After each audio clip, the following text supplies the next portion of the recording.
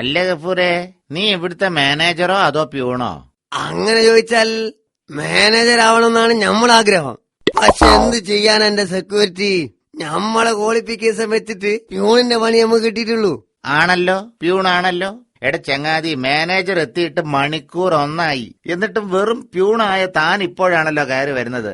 തന്നെ 3 പ്രാവശ്യം അന്വേഷിച്ചു മാനേജർ. ഇതാണ് ഞമ്മളെ മാനേജർ കുഴപ്പം. മൂപ്പർക്ക് മിനിറ്റിന് ഞമ്മളെ കണ്ടോണ്ടിരിക്കണം.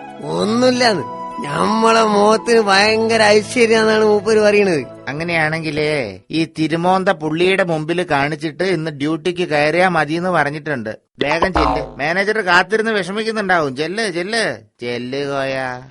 ഗുഡ് മോർണിംഗ് സാറേ. യു ബ്ലഡി ഫൂൾ, എപ്പോഴാണോ ജോലിക്ക് വരുന്നത്? ഞാൻ വന്നിട്ട് 1 മണിക്കൂറായി, ഇതുവരെ ചായ കിട്ടിയിട്ടില്ല. എന്തൊരു കഷ്ടാണിത്. ഞമ്മളെ മാനേജർക്ക് ഒരു ചായ വാങ്ങി കൊടുക്കാൻ ഒരുത്തനൂടെ ഉണ്ടായില്ല. എടോ, അത് തന്റെ പണിയാണ്, താനാണ് ചായ തരേണ്ടത്. ചായ ആരിട്ടാലും ചായ ആകല്ലോ സാറേ.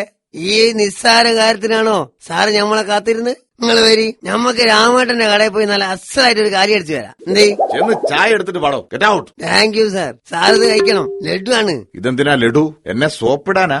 അയ്യേ, ലഡു കൊണ്ട് എങ്ങനാ സാറേ സോപ്പ് ഇടുക? ഇത് ചെലവാണ്, ചെലവ്. ഞമ്മക്കൊരു സന്തോഷം ഉണ്ടായപ്പോ ചങ്ങായിമാർക്ക് മുഴുവനും ലഡു വാങ്ങിക്കൊടുക്കാന്ന് വിചാരിച്ച്, അത്രേ ഉള്ളൂ. ഭാര്യ പ്രസവിച്ചോ?